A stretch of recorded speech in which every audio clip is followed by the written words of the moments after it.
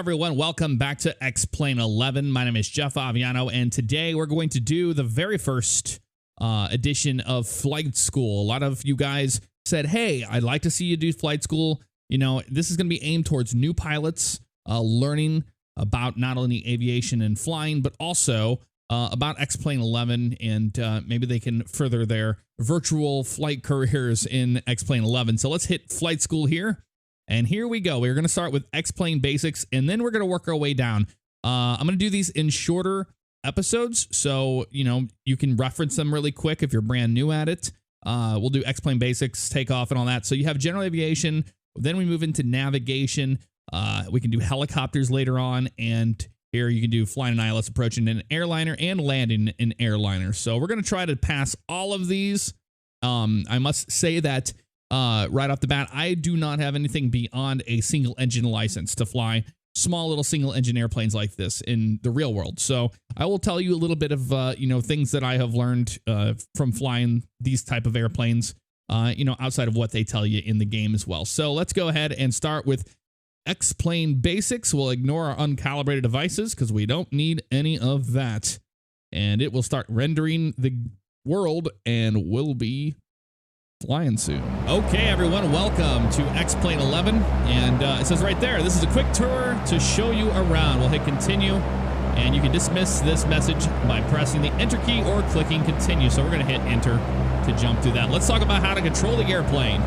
Move your joystick left or right to turn the plane that direction. We can hit practice, and airplane goes left when we go left.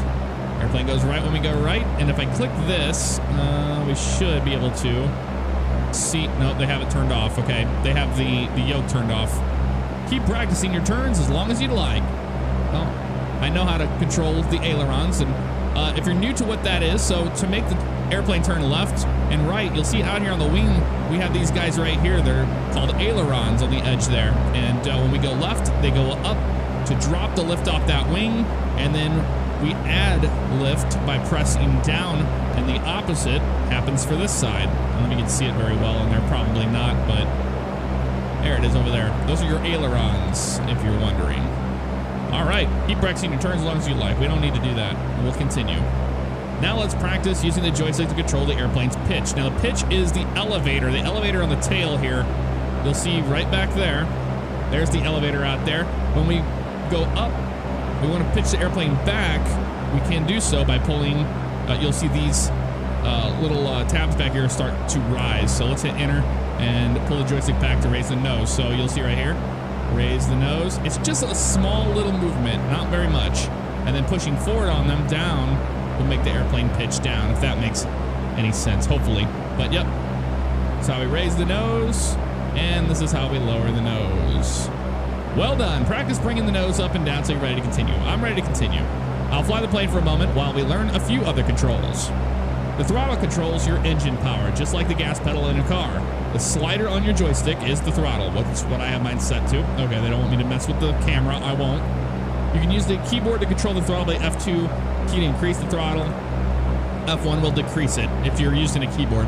Increase the throttle all the way to go full power. Well, you can go full power with this. Is your airspeed indicator. You can see your speed rising since you added power. Decrease the throttle all the way down to idle and watch the plane slow down again. That is correct. That's your IAS, the airspeed, and that's in knots, not miles per hour or anything. Good, I'll set the throttle to 50%, keep the airplane going. Okay, commands on the keyboard can change your view. Shift forward to circle view. Yep, shift forward, your outside view here. And we can move around the airplane with the keys, the arrow keys on your keyboard. And you can hear that FMOD, the FMOD sound engine in X-Plane 11 at work here. Sounds really good. And up and down on the arrow keys as well will move it around. So it's pretty awesome. You can use the period and the comma keys. This is how you change your views, as you can see there. So I'm using the comma key to zoom out and the period key to zoom in. Back to the cockpit by hitting Shift 9. All right, we're back in the cockpit. Zooming can be especially useful in the cockpit to get a good look at your instruments. That is true. As you can see here, use the scroll wheel on your mouse to zoom, or you can use the period key. You can use the period key, you know, like we did it before, in and out. But the mouse wheel will have a nice zoom to it. So you can be like, hey, we're currently doing 90 knots. I can see that. I can see what our pitch is right now. Our altitude at 5,700 feet right now and climbing. Finally, if you need help, okay, that's all you need to know to get started. Why not visit Flight School to check out some more tutorials or customize your own in-flight configuration. We'll hit OK there. Mission was complete. We don't need to practice. I've got plenty of practice under my belt, but we will continue on with the first lesson of the day. Let's walk through your first takeoff in the Cessna 172 SP. In a moment, I'll ask you to disengage the parking brake and add full power for takeoff. Since the Cessna 172 is a single-engine propeller aircraft, you will feel the aircraft veer to the left when you're at a higher power setting. That is true. That is true. Use right rudder to keep the airplane in the center of the runway, either by twisting your joystick or using rudder pedals, if you have them. And I do, and I'm using right rudder right there. You can see right here. The airplane wants to constantly turn to the left, and we can use that right rudder to get us right back here on the lines. So we'll hit next. Once we reach 55 knots, you'll gently raise the nose of the airplane to get it off the ground. That is true.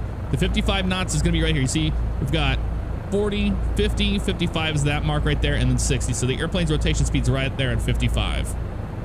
We'll hit next. Let's get started. Okay. Okay, whenever you're ready, add full power. Adding full power in now. And there's that nose one to go left. We'll watch for 55 knots. Yes, we will. I'm using my rudder pedals. It's 50, 55. Just ease her back on up, and she's in the air. And I'll let go of that. Maintain 74 knots while climbing. Well, we always pitch for 80, but we'll do 74 if that's really what they want. Let's bring that nose up on the horizon. In flight school, we'd always be like, hey, get that nose up on the horizon, you know?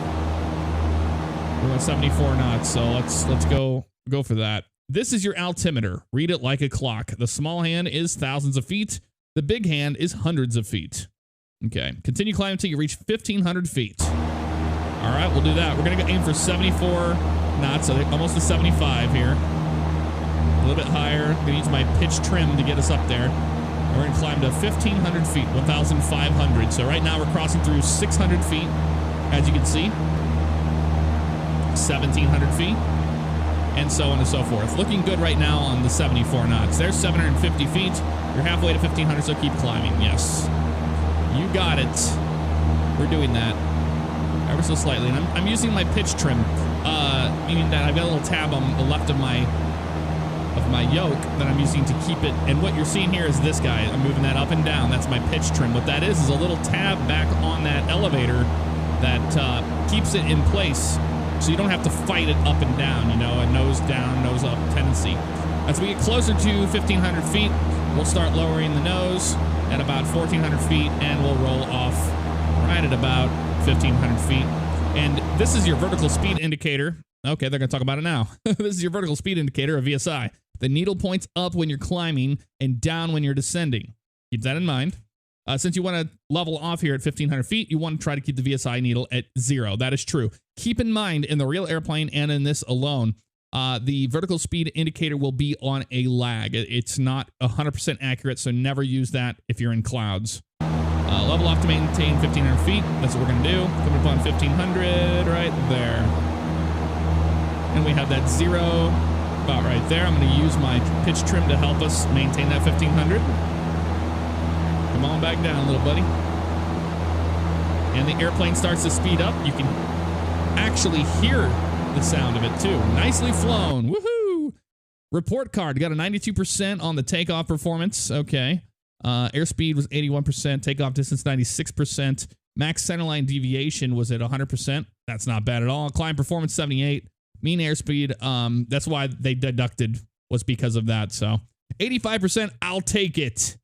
And the training for the day. Well, guys, that's going to do it for the very first flight school video. I figured I would make these in smaller segments so that you can follow along and maybe learn a thing or two that X-Plane's throwing at you. So with that said, I'll see you in the next one. Take care.